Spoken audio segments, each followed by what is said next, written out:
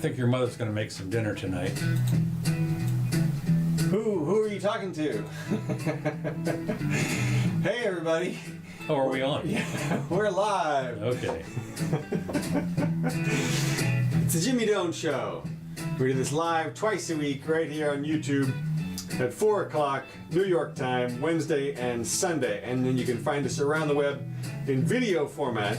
If you search for Doane, D-O-A-N-E, Jimmy, you can find us at YouTube, Twitter, Facebook, places like that. Then in audio format, you can find us at Libsyn, Apple, Amazon, Google, SoundCloud, Spotify, as you can see if you're watching the video. Anyway, today is the 20th day of December 2020, and we are in the studio here. Oh, yeah, good. With Dr. Doane. That's good. There we go. Advertising. Capitalism. We love it. That's right. Now, what's interesting about this shot here is this is the same shot from two different angles. Good. So I'm like right across the way here from you. All right, December 20th, 2020, Sunday, Jimmy Doane Show. Couple little notes quickly. Last time we were here, which was Wednesday, you could, for one Bitcoin, you could get 10 Krugerrands. Today, 12 and a half Krugerrands. This is 4 days. Right. In 4 days. No, if you had taken your Bitcoin and said, I want my 10 Krugerrands, and if you only had to wait, whatever that is, 96 hours or whatever, and you could have gotten two and a half more Krugerrands. Yeah. I mean, talk about we're in crazy land when it comes to this. But I was thinking about it. I love this. Have you seen these types of memes?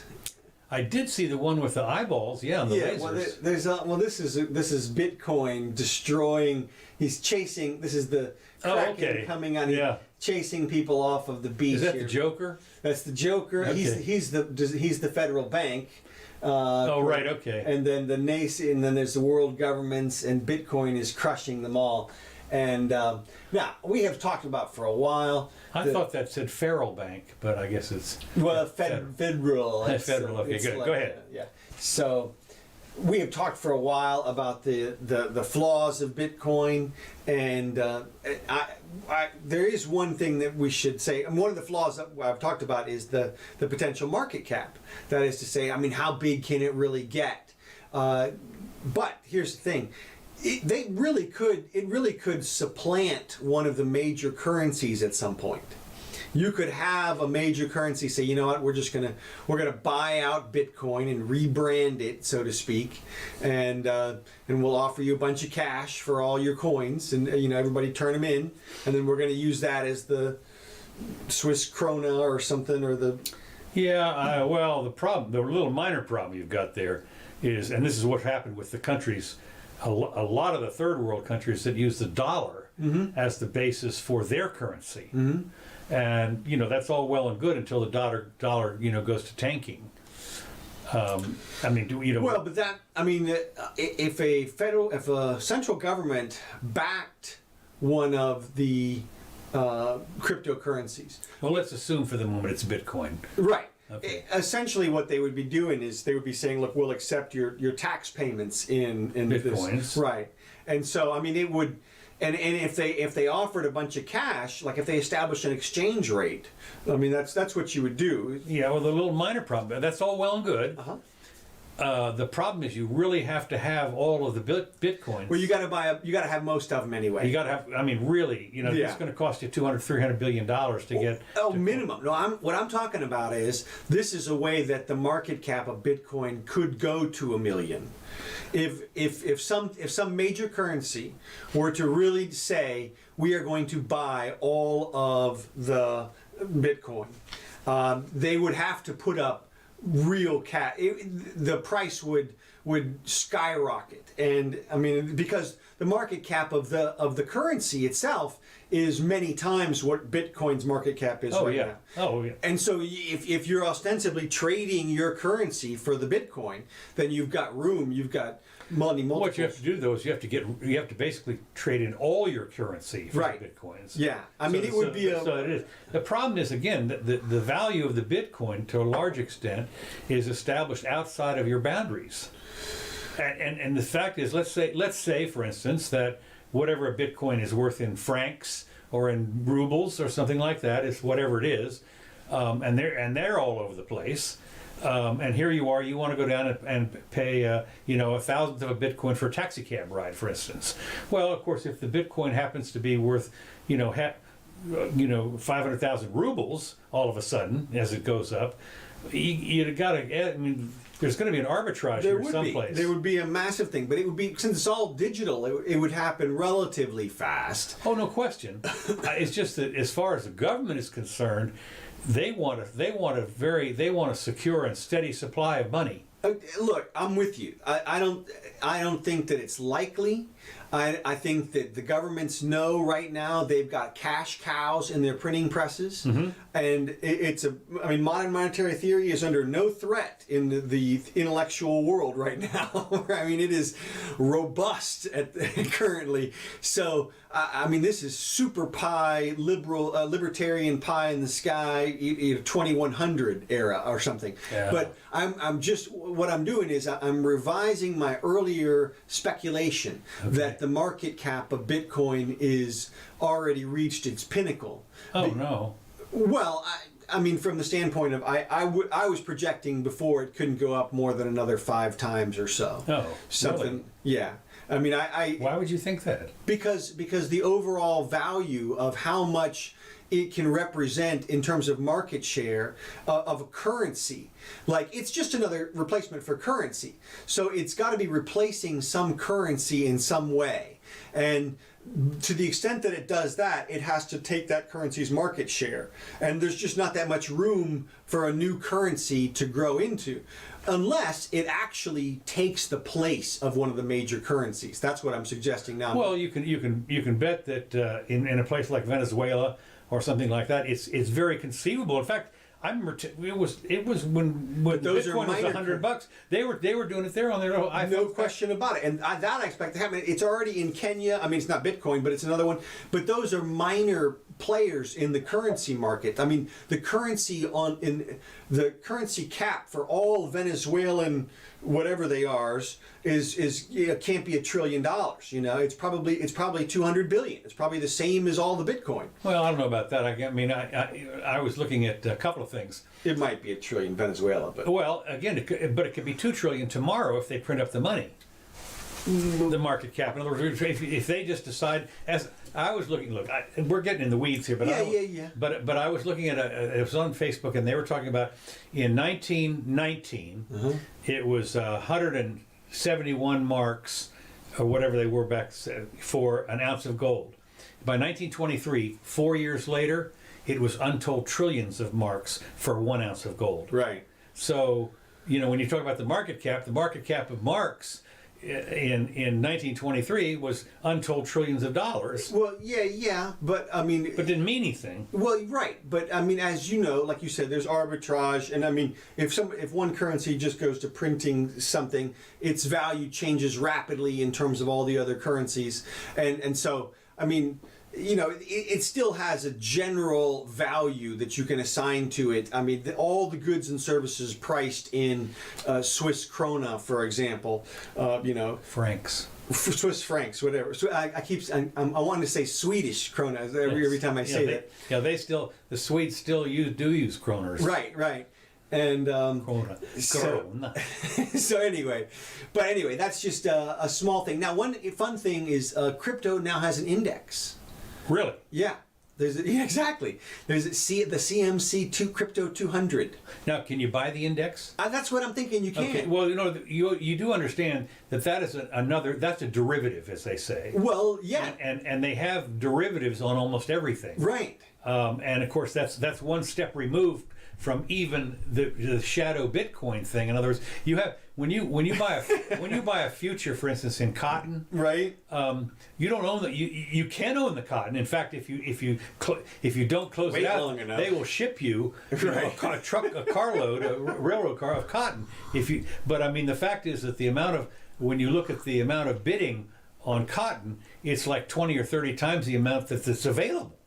I mean, people are bidding on the price up and down, Right. and that's a derivative, as they say. Yeah. But now, if you have an index fund, and you have an index fund of an index, it's like a double derivative. I mean, this is when things start to. This is when we had the big crash, and when I forget exactly who it was, AEI or whoever it was that crashed. They were reinsurance people. Uh-huh. And they were reinsurance. Right. You have insurance, Right. which is one derivative, but then they were reinsurance people, and when they went belly up. Right. That was the canary in the coal mine. Oh my God! Yeah. So anyway, Well, we're kind of off in the weeds here about Well, that. we're just wrapping up the Bitcoin. Yeah, thing. wrap for now. So Currency. again, I just marked this down. Mark this down. Today it's 12 and a half Krugrands. Uh-huh. And I mean, I just can't imagine if you had even just if I had done it Wednesday, for instance, if I had one Bitcoin, if I could have retrieved it from my hard disk drive over there, and swapped it in for 10 Krugrands, I would not be unhappy that it's 12 and a half today. Right. I mean, yeah. I'm not crying that I would have missed out on 2.5 Krugrands. Well, I mean, 10 Krugerrands, that's a lot of gold right there. So, I mean. And it's real. And I'll tell you, and I believe this is where Peter Schiff is, I don't think he says it exactly correctly, but if the people that today are thinking that the Bitcoin is going to go up to 25 or 30 or 50 Krugrands, I think they're nuts. Well, I mean, I have to say that I think that it very well could, and it could happen soon. It could be this year, next year. If he's right about the dollar collapse, we could see a crazy, but it would be a spike. It wouldn't be something. I mean, here, let me prognosticate. Okay. But I mean, I wouldn't be surprised at all if we saw a giant spike in Bitcoin if Peter was right it's about not a spike. This is a spike. No, it totally is a spike. But I mean, as spikes go, they can get real spiky. Well, again, I've been around long enough to see this. I remember when the Hunt brothers tried to corral the silver market, and this is back when silver was $2.50 or $3 an ounce. It went to $50. Right. And it came right back down again because they weren't that rich. There you go. And I remember in 1978 or something when gold went from $60 to $800. Right. Well, it came back down. I mean, Right. Well, silver's been back up to 50 since then. Yeah, I know, but right now it's half that. Right. Yeah. So anyway, okay. Let me move along. Do it. Two things I do want to say that I want to advise people to do. You should watch. Wear a mask. Wear a mask. Well, I got a new mask for you. Okay, now go ahead. And I've ordered up another. I had two of them, and I don't know what happened to it, but I've ordered up a new V for Vendetta mask. Oh, okay. That I want to use that for a couple of reasons. But the movie is one of those you really should watch, especially towards the end. V for Vendetta. V for Vendetta. Oh, yeah. Towards the end, he gives a speech. It's about 3.5 minutes. He gets on all the TVs in all of England, in Britain or whatever, and he gives this speech about what it's going to take. And the speech is a little bit out of Etienne de Boiteux's essay in the 1500s about he was talking about Etienne de Boiteux. He talked about what it took to be for people that were under tyranny, and what they had to do was the tyrant is one person, an actual live person, and if enough people just say I'm not going to do it, then there goes the power. I mean, if even in this country, if half the people said I'm not sending my taxes in today, they don't have enough enforcers. Well, they count on the fear to go out there and blast a couple of people. This is what's going to. They couldn't do it though. If you have enough people that do it, and this is what happened in V for Vendetta, was they all lined up with their masks on, and there were all the cops there. And there's, they're faced off, 1,000 and a couple of thousand, and the cops just said, nah, we're not doing this, This is on you. Yeah, this is on you. But anyway, good movie. It is, it's a little painful to watch for the first hour, because they really do it to the girl there and everything. Yeah, well, but the main character does a fantastic job with a face mask on the whole time. I mean, unbelievable. So anyway, that's one. And I also want everybody to read, if they would, today's, it's on, I believe it's on LouRockwell.com. Lou Rockwell every day, 6 days a week. The one on the weekends is the weekend report. What Lou Rockwell does is to put out about 8 or 9 essays that you should read. Mm-hmm. And you can just click on them and go read them, and they're by various authors. I believe this weekend, one of the essays that he has out there is by Eric Peters. Eric Peters is a car guy, total car guy. He really is. Well, he's good. He's really good, and he writes quite a bit. Anyway, his column today has to do with the sheepiness of people, succumbing to what amounts to our local tyrants here, telling you forever now you have to wear a mask, blah blah blah, and so forth and so on. And that said, interestingly enough, across the pond, as of today, Sunday, the 20th, in England, if you can't go out without a mask, and they have Boris has decided that now we're going to do the real clampdown. We're having a spike up. This is our second or third or 10th spike or whatever it is of the coronavirus.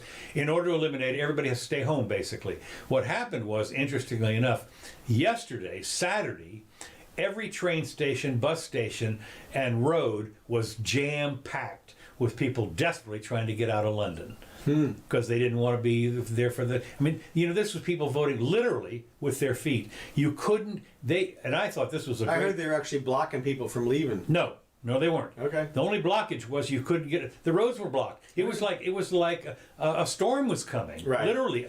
Like when the hurricanes come here, what's interesting, here... when the hurricanes usually have a week if you want to get out of here. The idea that you would wait until the storm is actually sitting 10 miles off the coast is stupid.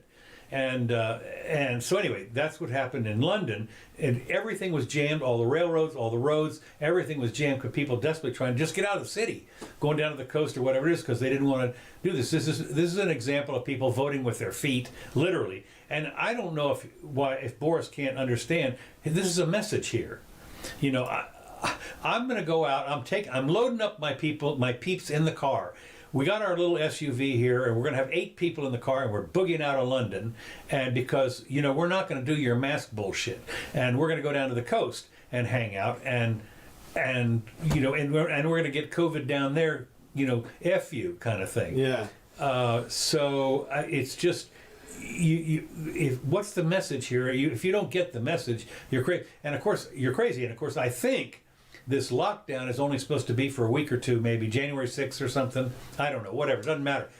But the point is that this kind of decree that people do is mind-boggling. Well, look, they're panicking. They're panicking on the COVID thing. Look, I've updated our little chart here. Now this is going back to August 30th, and this is almost every 10 days with the exception of a little blip here on October the 2nd. I missed it by a couple days, but I've adjusted that down in the numbers down here so you can see this is the Johns Hopkins reported death rates for what do they know? 5 different states. Well, they may or may not. Yeah, I mean, who knows? I'm kidding. Well, I mean, so if we were to trust these, you're looking at New York here. Back, it was 7 a day, 6 a day, 10 a day back in September, October. And the last few weeks, the last 30 days, 35, 70, 100 a day. These are deaths. Yeah. Yeah. Okay, and look at California. Now, California back in September was at 100 a day for many, a month or more. It dropped down to 40 for a while, and then back up now 200 a day for the last 10 days. Wow. Yeah, and Florida back up to 90. Looks like everybody did a dip for a while in the summer, and now it's back. And it's interesting. I saw on the news yesterday the headlines on Drudge was UK freaks out because new strain is 50% more contagious than last strain. I saw that. Today it's 70%. Of course. Well, it mutated last night. Obviously. Now follow the science here. Okay.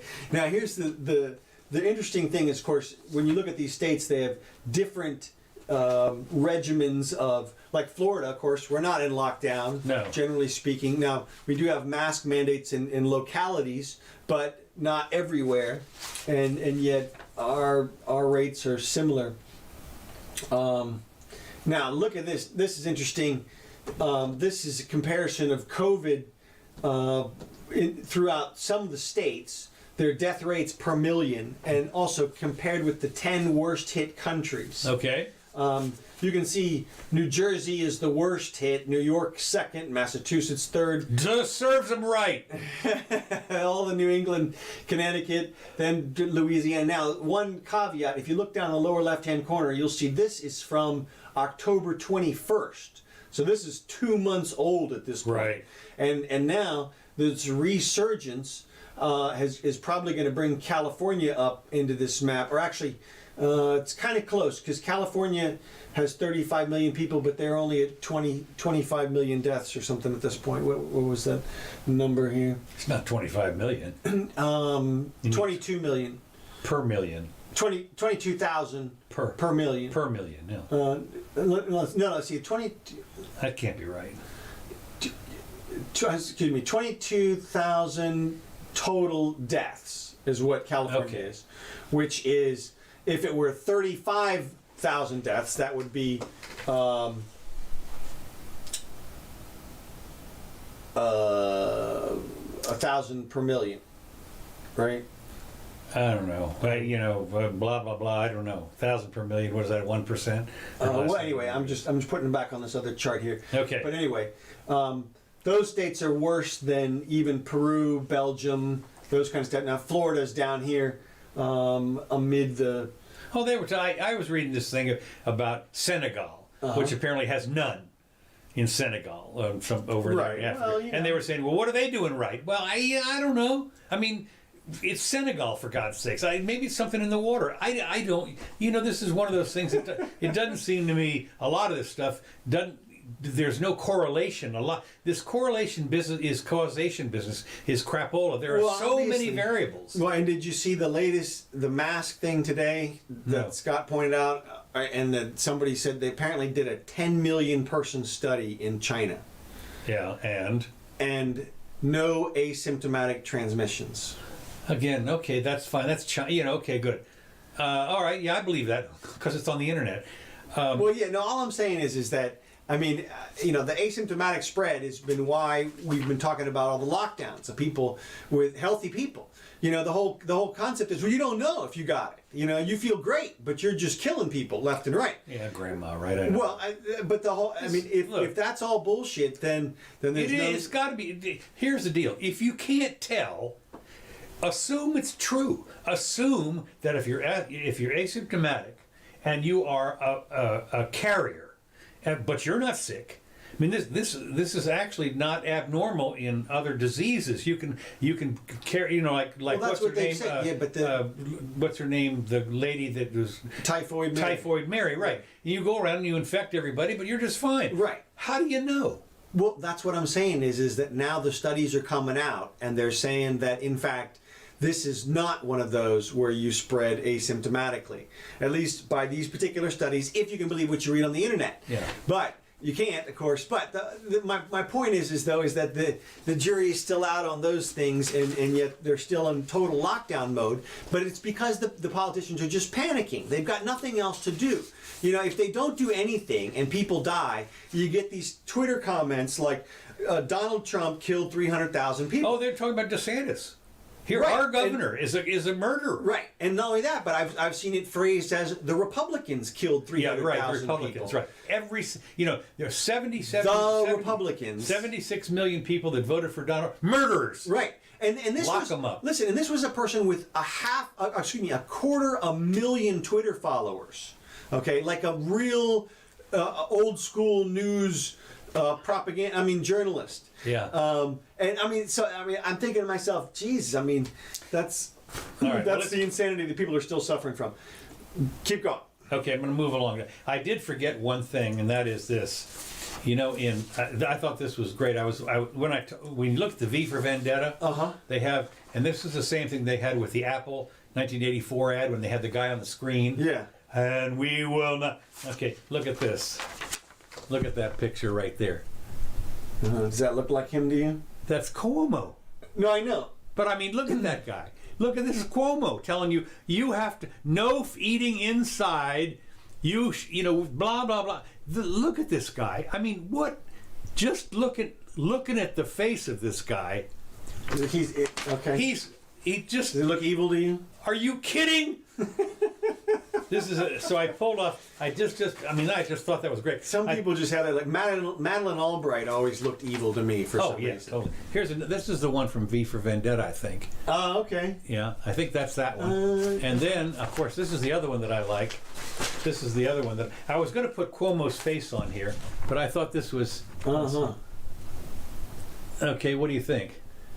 Big Brother is watching. Yeah. Cuomo looks worse than either of those people. I know. That's what I say. I pulled up my editor thing, and I was going to try and do it, but I don't have that much talent because the problem is that Cuomo's picture is this big, and I have to shrink it down and do.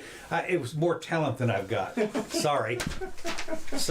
All right. I just wanted to show you those pictures. I thought they were great. Yeah, Cuomo's locking down. There was a great video this week of a restaurateur, apparently well known. Yeah. Was out in front of his restaurant outside In the snow. You saw that? Totally. He was sitting there with like his dishwasher on the other, and they're like enjoying the meal. Now he was dressed in like short sleeves and pretending nothing was happening. But I mean, it's literally like a foot of snow everywhere. God Almighty. And and then and then of course also this week we found out that that 350 hospitals furloughed workers during the COVID pandemic. They did? Yeah. How? Why? I thought they were all filled up. No, that's the whole point. They were filled up in New York, and they were filled up in New Jersey. And they're so also in California. And they scared the bejesus out of everybody nationwide. Okay. And people stopped going to the hospital. Right. And so hospitals in Montana started laying people off. Right, I got you. Because what the hell else can you do? Right, you know? right. And, okay, I had a thing all queued up here. It was so queued up, I swear. Yeah, of course. Way to go. Way to go, producer. This is what happens when you have a producer and a talent at the same time. That's it. Oh, here. Wait, it's over on this one. That's right. There we go. This is New York last week when the snowstorm hit here. Well, I mean, the thing is, with a snowstorm, people probably not be going out much anyway. Whoops. Well. Trudge through the snow, whatever. Yeah. Well, you know, all right, well, let me move. You're in New York. Let me move along. Okay, well, I got one more thing on COVID. Real quick. Did you see that the girl from Georgia was jailed in the Cayman Islands? No. Yeah. So there's like a little Georgia girl, I guess college student, went to visit her boyfriend in the Cayman Islands. Now, she tested negative for COVID before going and upon arriving. But she was supposed to self-quarantine for 14 days, and she didn't. She went to her boyfriend's jet ski competition instead. So they initially, they arrested her, and they gave her 50 hours community service.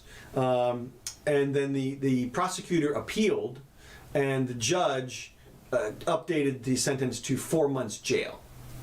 So this is what the...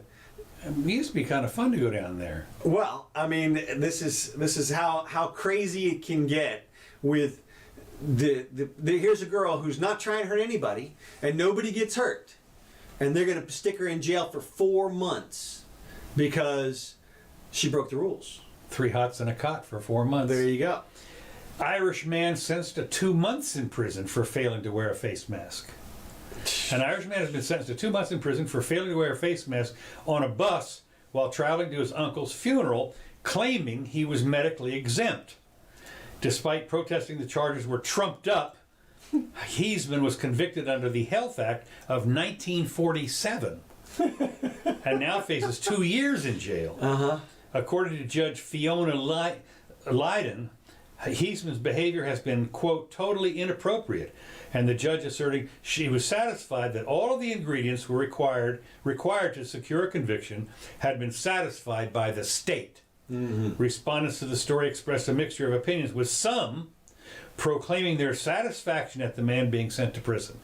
This is always one of the things that's interesting when you'll see something like this, and you go read the comments, and sometimes you'll see, I don't know, a quarter, a half, some comments saying, serves him right, shouldn't have done the blah, blah, blah. Yeah, okay, death shouldn't have been there in the first place. Not good enough. Yeah, not good enough. Right, yeah, that's right. Bring him back, kill him again. Yeah, well, there's a whole pro-wood chipper group on the Twitter, for pedophiles. Oh, yeah, right, yeah. And it's like, geez, wood chipper, that's a little harsh. Now, the other thing, and before I get into some other stuff here, some meaningful stuff, I'm here towards the end. Did you know that they decided to call the Space Force people? Yeah, the Guardians. The Guardians? Yeah. I mean, what are they? The Guardians of the Galaxy? Wait. That was a movie. Yeah, that was it, yeah. And now they're going to call... How would you like to be... Yeah, well, and their logo is the Star Trek logo. Yeah, right. No, it is. No, you're kidding. No, it's the upside down triangle with the... Well, I mean, it's not offset like the Star Trek one. Right. It's perfectly symmetrical. So well, here's what I don't tell quite us apart understand. from Federation agents. They want to, of course, one of the reasons for the Space Force is we're going to go in, we're going to beat China and Russia. Of course, I don't think I'm worried too much about Russia being in space. China, at least the Chinese at least gone to the dark side of the moon. Dude, China's on the rise. Yeah, Russia's... definitely. But they want to make, the Guardians would ensure that America remains dominant in space and from space, as we are on land, sea, and air. So they said, we got the Marines, we got everything. But what I don't understand... How about the subterranean force? Well, that's the next one, I suppose. The Earth Corps people. Earth Corps. That's it. That's right. What I don't understand is why didn't they call them a Jedi? That's what it did. The Jedi. This is really close to that. I'm telling you, this is really not. That's Guardians. what they'll call the special forces from the Guardians. Okay, there you go. That's right. The Jedi of the Guardian. Yeah, that's right. But I don't know. Boy, that would have been the first thing to do. Maybe it's copyrighted, but totally copyrighted. But what's another $1 billion? Well, the thing about you say that, but who are you going to sue? I mean, the government has the guns. Well, you want to sue us in court? Let me show you what it's all about here. Yeah, I'm sending my Space Force people over there with my space guns. Yeah, so that's right. Put your Jedi up against our Jedi. That's right. We're going to show you who Jedi is. That's what I would have thought. Is why didn't they call them the Jedi? Well, like I said, those are the Green Berets of the Space Force. That's right. Now, the next thing, another big news. Okay. Was the hack, the monster hack. Oh, right. The solar winds, supposedly, what happened was they were responsible for the security, non-hackable security for like all kinds of government places, Department of Defense, all these other people, and private companies. And they were breached, and apparently they were breached like 6 or 8 months ago. They just figured it out, blah, blah, blah.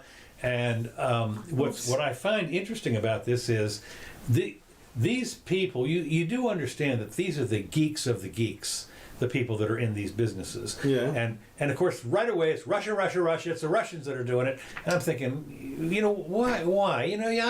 I've had it up here with Russia. Look, that's like the quadrillion thing, I mean, when you hear Russia, it's like, oh, sure, yeah. That's what my sources tell me, too. Get Mr. Steele over there with his dossier. I asked the cat. She knows. Yeah. I'm sitting there thinking, why would you think and do you think for 2 seconds that even some guy in northern India in his basement could disguise himself to be from Russia or China or from the Maldives or whatever the hell it is? I mean, if you're that good, You don't know where it's coming from. Well, right. I mean, my thought is if you think you know where the hack's coming from, you don't know where it's you coming don't. from.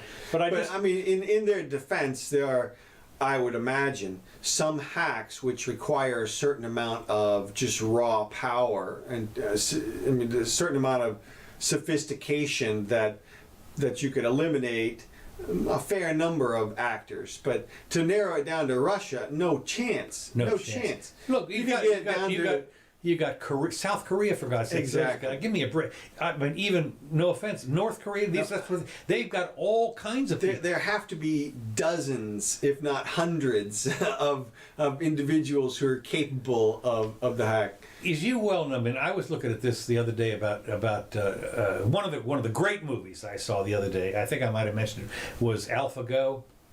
Oh, if you get to see it, it's like a 6-part series, and what it is how this company called AlphaGo, genius nerd people, and they developed an artificial intelligence program essentially that plays Go. Oh, okay. Now, for those of you who don't know what Go is, that is probably the most sophisticated. I played it when I was in Sweden. It is the most sophisticated, for something that has like one rule. It is unbelievably hard, and this AlphaGo people put together some artificial heuristic thing where didn't they solve Go? Pretty much. Now here's what happened. This is what they. It turns out that what they had, the guy that was the European champ. He was like also a slant-eyed kind of guy. I forget where he's from, but he went in and lost. To the algorithm. So they decided to play the world champion, who's a guy from, I think he's from South Korea. Okay. And he's a kid. I mean, he's like, 22 or 26 or something, and he's been the champ forever. And so they went up against him, a big thing. And these are the people, I don't know if you know this, but in South Korea, they're gamers. I mean, they are the super gamers from hell. That when they do games when they play the various games, they're televised. And there's like 20 million people that watch this kind of stuff. Anyway, this was on worldwide. Untold millions of people were watching this guy who is the world champion, bar none. I mean, he's the Bobby Fischer of Go, and he lost, and he lost the first. There was a best of 5 games. He lost the first 3 games to this, and he was, it was interesting because it's not a 5-hour show. Before 4 and 5, did he kick the board up? No. Well, I'll tell you, he was reasonably gracious about it, and then he won the 4th game, which, as far as everybody was concerned, the Koreans were all cheering, blah blah blah, and then he lost the 5th game. But the point was, this was the 5 hours. The machine let him win one. Yeah. But it was fascinating to dive in to see what this was all about how the AI is coming along. And the programmers were saying, well, we didn't do it. They would watch the machine, for instance, make a move. And they'd say, what the hell's he doing? These guys are like really pro. Well, that doesn't make any sense at all. And then when it all got done, Jesus, it's not and they had the odds, like this 1 in a quadrillion business. They said, that's a 1 in 10,000. You wouldn't do that. Nobody would do that. No human would do that. And then the AI wins. That was in the 4th game. Good movie if you want to sit down and binge later today or sometime or Christmas or whatever. That's AlphaGo on. I think it's on Netflix, and it's free. Whatever it is, it's kind of good.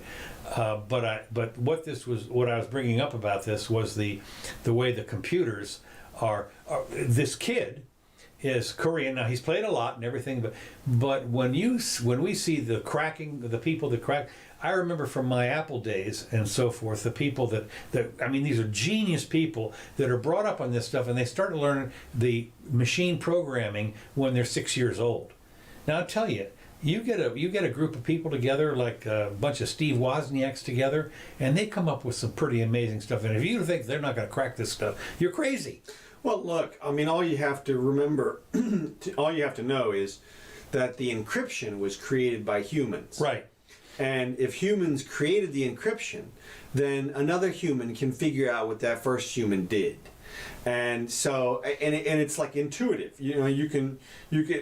It's like people telling lies. They come up with the same shit over and over again. And people come up with the same solutions for things. And, so they'll do that, and so there's a way. It's not sort of completely random as it seems. No. Well, so what I'm saying is when we're talking about people that could crack into some of this stuff, when you realize that there are literally, thousands and thousands of people whether it's in the higher echelon of China or Korea, or the kids, a bunch of them that are in some, we're the Crackers Club or something like that. I mean, somebody's going to get through. By the time they well, obviously, obviously, right. And so, of course, my question when I was talking about this is, so what? Well, look, I mean, you've it's got not all these... like people haven't been planning for hacks. I mean, Right. we've been dealing with these for decades at this point.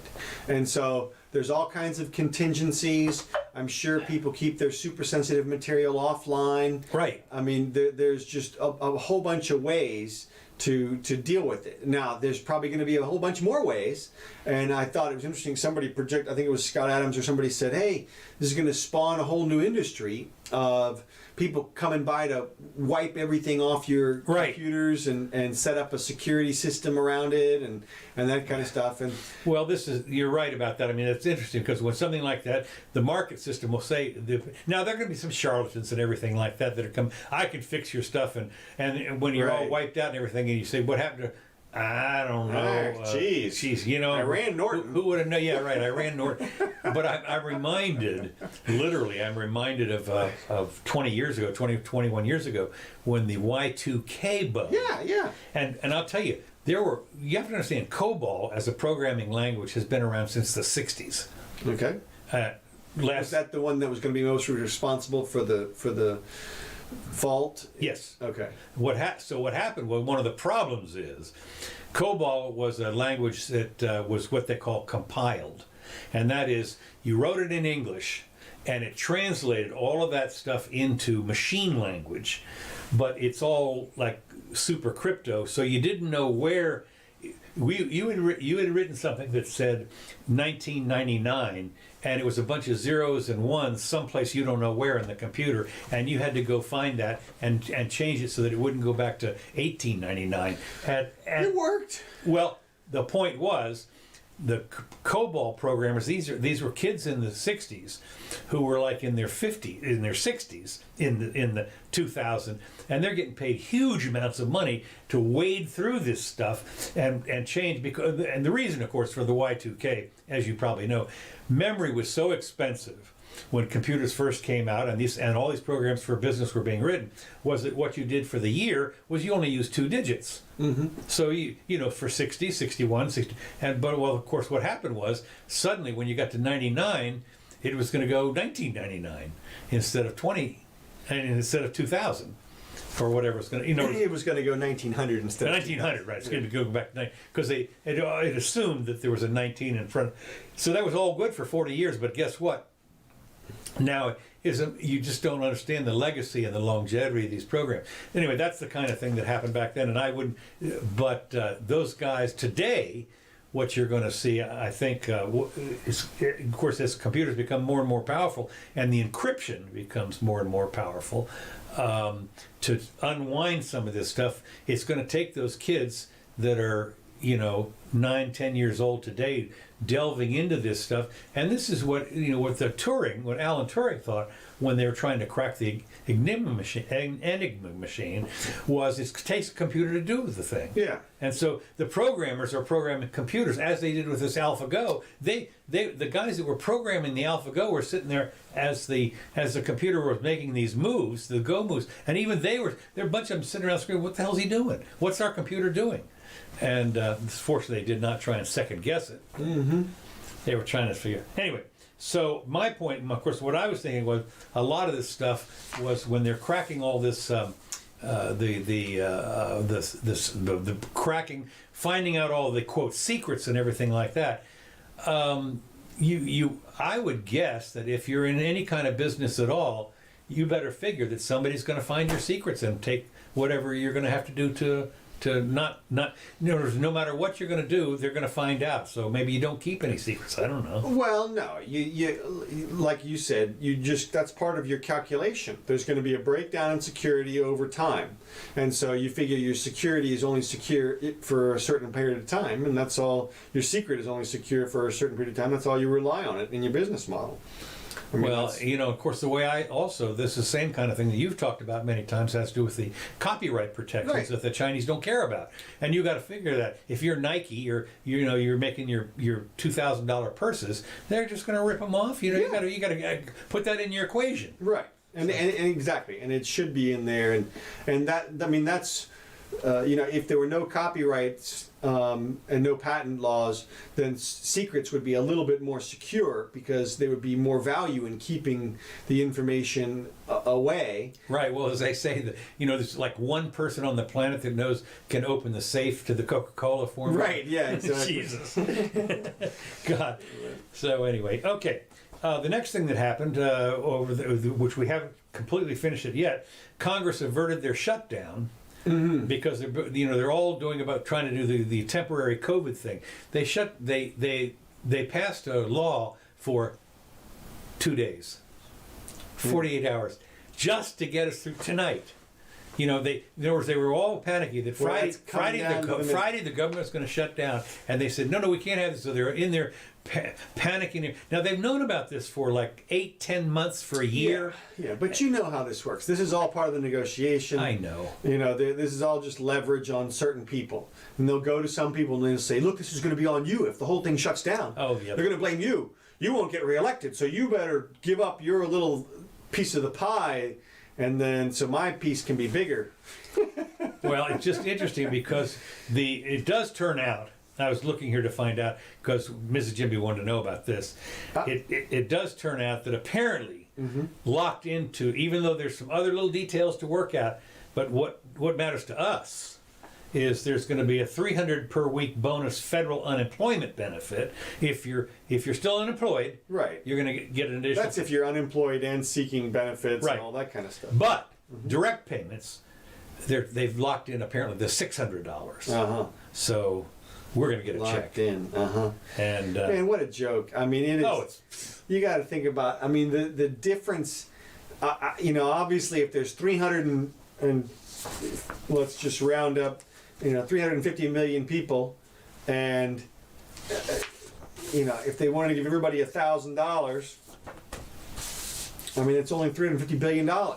So, they're out there spending trillions. yeah. And so, I mean, Well, this whole thing is like $1 trillion. okay, so if they spent $1 trillion, they can give everybody $3,000 if it came directly to the people. Well, obviously that's not happening. I mean, we showed the breakdown of where the money from the first bailouts went, Yeah. and that we're at over a $3 trillion deficit this year. Yeah. Oh, yeah. And counting. oh yeah, and I mean, look at this. This is kind of so here's the this is the debt down here in the red. This is the government revenue in the green, and the yellow right above that is deficit, which is of course cumulative down in the debt Right. area. And then there's this little piece of blue here, which was the momentary surplus right at the end of the Clinton. Well, you do understand where that surplus came from. Where? What? It came out of Social Security. Okay. What happened was people were paying into Social Security, but it wasn't spent yet, Okay. and so they counted that as surplus, even though they owed it.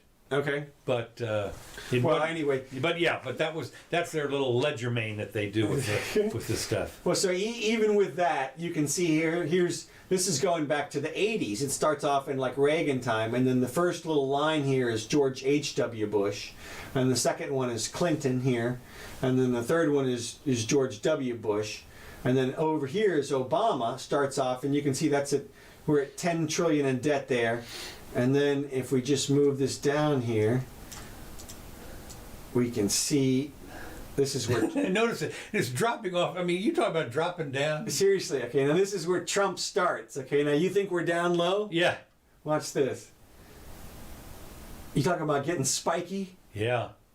I mean, he's already covered almost as much ground as Obama in one term. Yeah.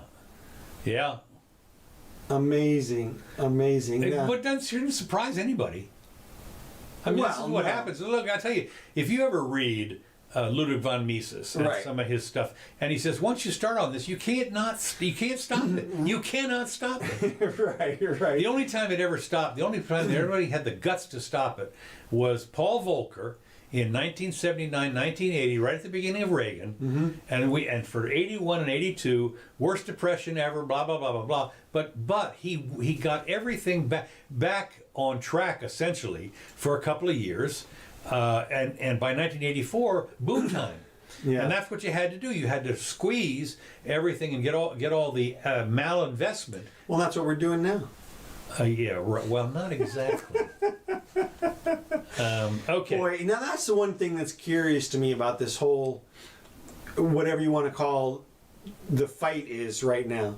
Trump will give them anything they want. I mean, he has held back nothing in terms of spending. Right. What are they fighting over? Like, who's not getting? I don't understand how everybody's not getting everything they're asking There's for. actually apparently a couple of people in the Senate who are actually looking and saying, wait a minute, even this is too much deficit for us. Even this. There's a half a dozen or a dozen of them. Yeah, but it's like it's got to be half of them or something. I mean, like the Republicans are standing up for the debt. I think it's like a third of the Republicans are sitting there saying, you just can't do this. You need all of them. You need all the Republicans. I mean, they're obviously the last of the last bulwark against the flood. Yeah, but this is a Sandy bulwark. I mean, this. Oh, Sandy! Like I said, these are a bad name to sand. Oh yeah, seriously, it's a very permanent name to sand. That's it. So, yeah, I mean, because they got to be getting that. That's why I don't understand how they're not washed away by the earlier spending. I mean, we're already at $3.5 trillion. Everybody has already tossed in the towel. De Blasio came out and said we're in the wealth redistribution business. Yeah. The squad has come out and embraced the concept of the entire purpose of taxes is literally just to repatriate some money from the rich people. We're not using that for revenue. All the revenue comes out of the Fed and the spending and the printing. Like, that's their concept. The socialist concept is just print all the money you need. You don't have to worry about inflation. They've been conditioned for decades that we can't even get inflation over 2%. We're trying. We just can't do it. Yeah, you wait. It's funny you should say it because I was looking at the Publix flyer that was in today's paper about what you could buy for this, that, and the other thing. And I'm old enough to remember, which was like 2 years ago. Yeah, last year when those prices were half what they are today on some of that stuff. I will say this: one thing that I have noticed, if you're a banana eater, it's been the same cheap for years. I mean, they've been. I saw where at one place they've actually dropped to 59 cents a pound for bananas, and they've been 69 cents for 10 years. Yeah. So I got to say, if you want to eat bananas, well, they know how to grow those things. I guess. I see deadly black tarantula. Banana boat. Okay, you got something serious here. I got one more thing here. Keep going. You're good. Okay. The Google's antitrust case won't go to trial until September 2023. The Feds, the U.S. government's attempt to prove Google has been using its dominance of online search to stifle competition and innovation at the expense of consumers and advertisers, won't go to trial for nearly 3 years. Now, I'm blown away about this. A couple things. First of all, at the expense of consumers and advertisers, I haven't noticed all the advertisers and the consumers fleeing from Google. Yeah. It's not like, I mean, you look at their revenue. That's number one, and number two, 3 years. Do you think they're going to have a chance to do anything about this in 3 years? How about somebody else comes up? How about Google Prime or something? I mean, this is just the only way the government acts. I know, but 3 years is what they're talking about. Man, that's warp speed for them. I suppose, but I mean, if I was a Google employee, I'd say, so what? Well, not only that, but that's where when it's set for trial now. Yeah, right. Then that's right. That's when it's set for trial. Right. Then the fun begins. Right, and not only that, but so you could push it back for another 3 more years. Oh, easily. Well, it says here, now, of course, this article says Google will conceivably become an even more imposing force before the federal government. But it could also conceivably become nothing. Yeah, it could bust up. That won't matter. Then remember how they did to Sun Microsystems and what was it, Microsoft? Yeah, right. And they sued them. Yeah. And by the time they won the case, everything that they were fighting about had been reversed. Same thing with IBM.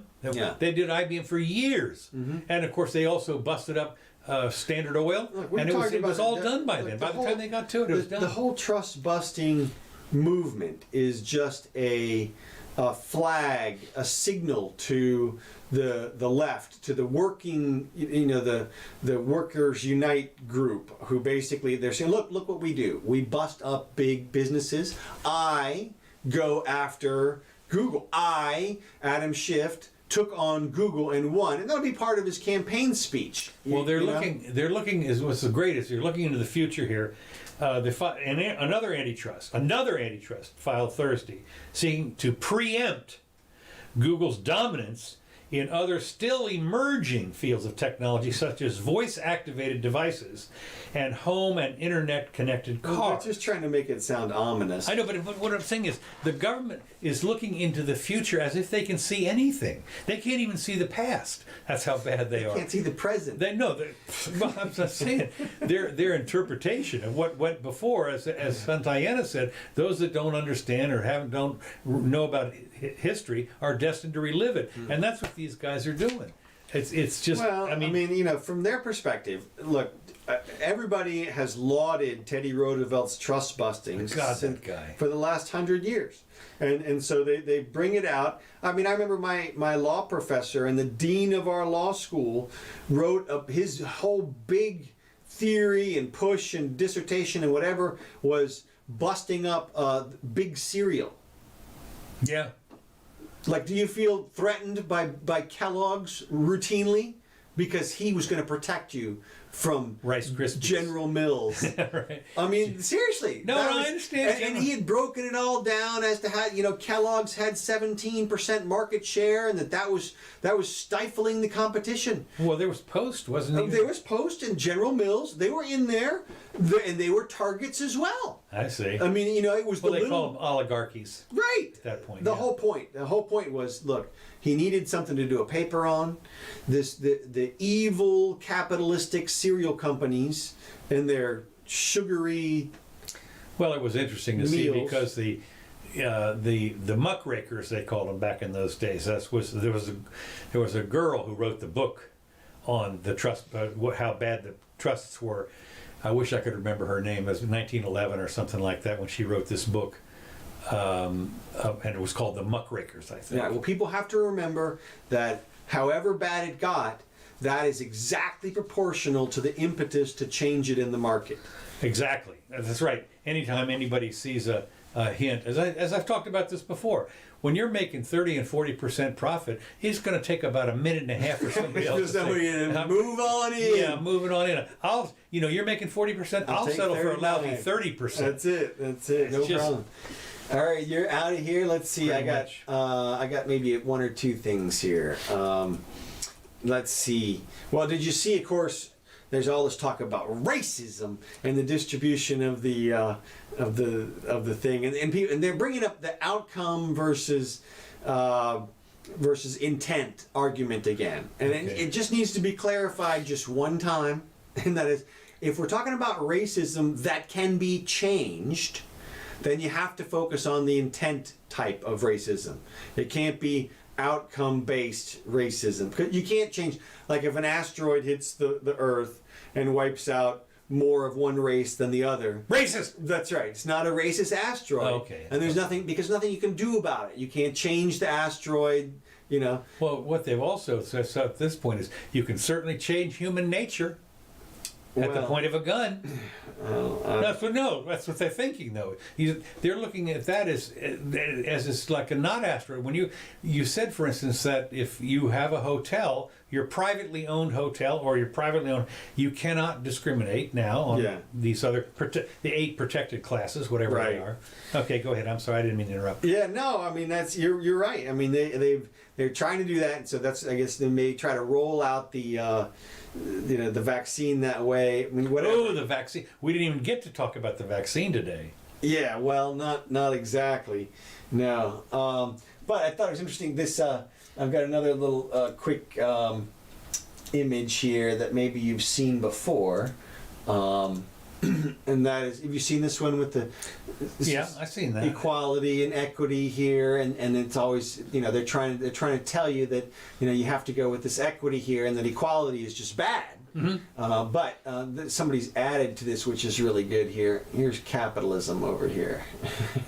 Yeah. Everybody's got more than they need, so that's really the way that it works. Anyway, let's see. Did you see that Apalachicola Bay may be shut down? Yes. Through the end of That's 2025. right up the road here. It's about 50 miles away or something like that. We've had oysters out of there for years and years and years. And of course, what's happened is one thing about oysters, as they say, you're supposed to eat them in months with an R. And this is December. So and they're good. They generally have been good, but apparently they've been overfishing or over clamming or whatever it is. And yeah, but I just thought it was interesting that this one agency has the power to shut down right, exactly, all of these fishermen for years. Right. For 4 years. 4 years. Not like, hey, we're taking a quick little break here, for the summer or something, or find something to do. No. Like, shut down your businesses and go away. And maybe in 4 years, there'll be a new business opportunity for someone else who moves into the... I mean, that's how incredibly replete it is. Well, it's interesting because we've seen this before. It's interesting here in Florida and other places as well. There have been overfishing, for instance, for years on lobsters. Okay. And what the state has done now, at least down in the Keys and everything, is they have now a lobster season that everybody's gotten used to. And sometimes it's only 3 or 4 days. Sometimes it's a couple of weeks where anybody can go. Same thing here with what do we get out here? The little mussels. Yeah. We get scallops. Scallops, yeah. We have scallops. Well, I mean, look, call me crazy, but if you just let everybody fish, right, and let everybody fish them out, and then they did that, then so what? Yeah, I can. Again, this is one of those things that is. We've seen this. We've seen this. This is a problem. What this is this goes right back to what they call the problem with the problem with the commons. That's right. Nobody owns it, so everybody goes out there, and this is why the cod fishing has gone to That's south right. So up either north. you got to have. Now we can do GPS coordinates for things. Right. So we can either divide it up and let people buy. The little minor problem, of course, is the fish don't know about that. Well, and of course, I mean, look, there's going to be some overlap and such, but I mean, they could do a pretty good job of outlining it. But the other way around it, of course, is you let everybody go out there and take whatever they take, and if they take it, I mean, look, if your business, if you can't make any money catching lobster anymore, well, then you can't. Yeah, I mean, it's not like you're entitled to be because you got there first or something. Yeah, well, this is something for a much larger discussion. Yeah, I mean, okay. I'm just throwing it out there. Okay, good. All right, that's all we got for today. Let's see. We're back on Wednesday. That's when we can wish you everybody Merry Christmas.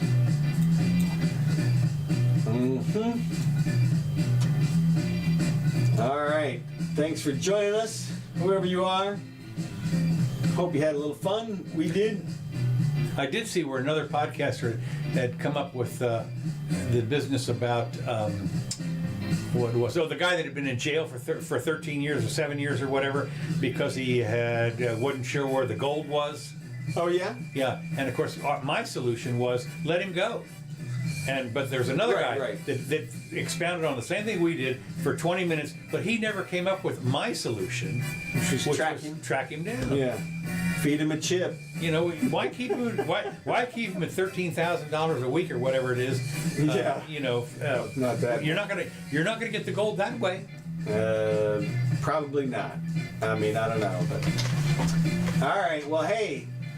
We'll see you soon. We'll be back on the 23rd. Ooh, coming up on Christmas. Too late to change your behavior now if you've been naughty all year, right? I might have to do some shopping. That's it. All right, we'll see you soon.